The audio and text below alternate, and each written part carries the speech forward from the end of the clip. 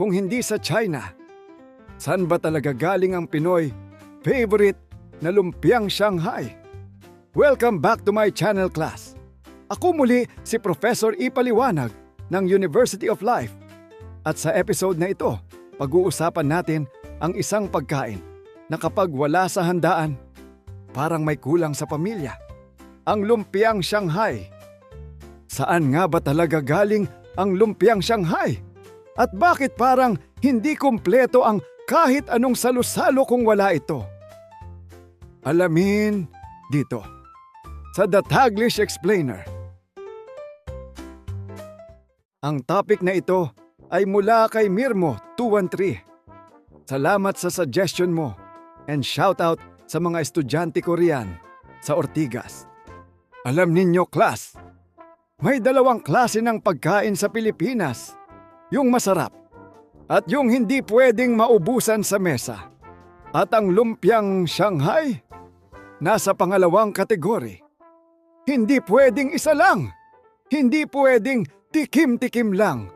Kailangan maramihan. Plot twist, class. Hindi sa Pilipinas nagsimula ang lumpia.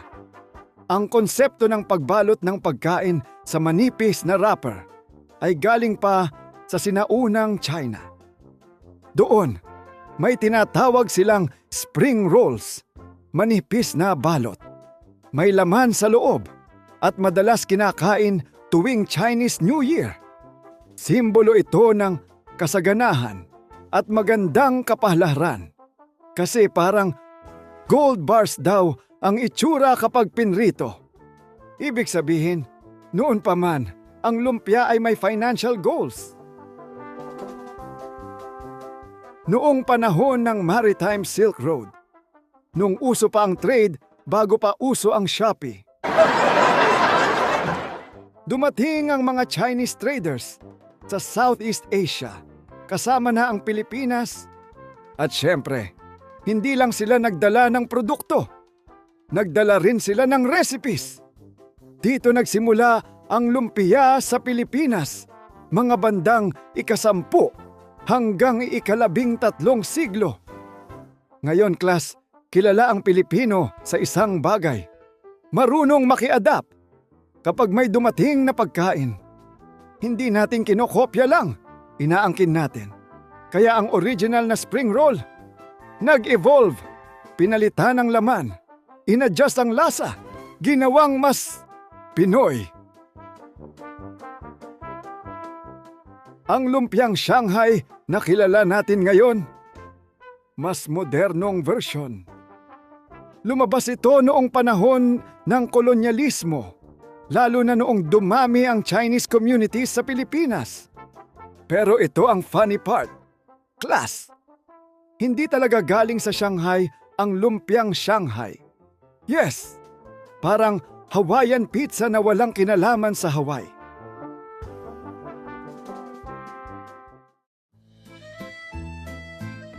Ginamit lang ang pangalan para magmukhang sosyal at Chinese-inspired. Marketing strategy? Ika nga. Ang lumpiang Shanghai ay may distinct na laman. Giniling na baboy o manok, carrots, sibuyas, bawang, minsan may green beans o water chestnuts.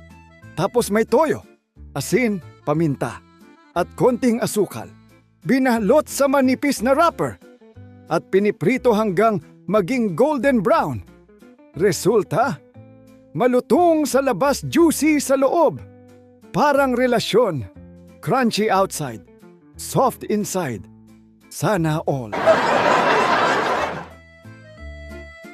Dahil sa overseas Filipino workers at Filipino communities sa abroad, nakarating na rin ang lumpiang Shanghai sa ibang bansa, sa mga Filipino restaurant. Isa ito sa unang ino-order ng foreigners.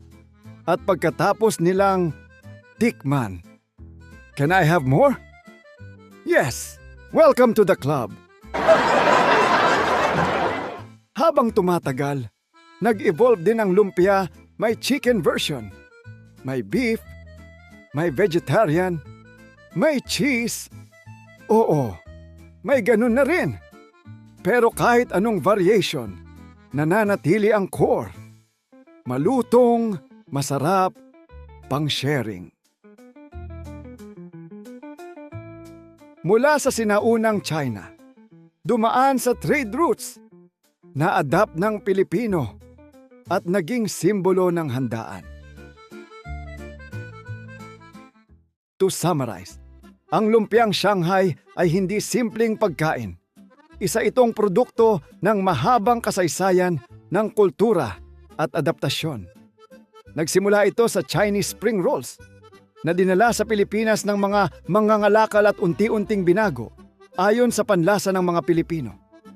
Bagamat hindi talaga ito galing sa Shanghai, naging simbolo ito ng Filipino creativity at kakayahang mag-angkin at magpabago ng impluensya mula sa ibang kultura.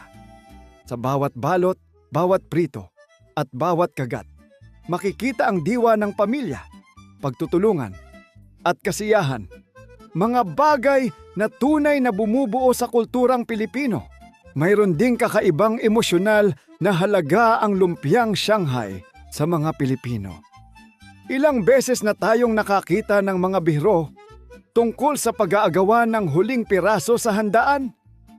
Ilang beses nang naging suhkatan ng tagumpay ng isang party. Ang dami ng lumpiang Shanghai na naubos. Sa social media, madalas pa itong tawaging VIP ng handaan. Dahil kahit maraming pagkain sa mesa, tila ito pa rin ang unang nauubos.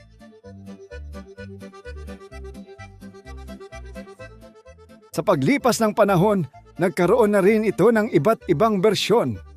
Ngunit kahit gaano pa ito magbago, nananatili ang pangunahing ideya nito.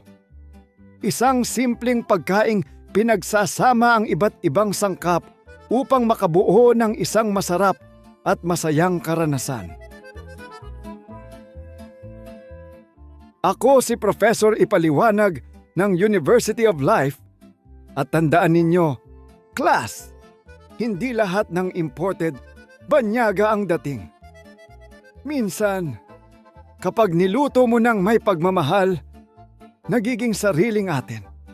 At oo, magtabi ka ng lumpia, may kukuha niyan mamaya.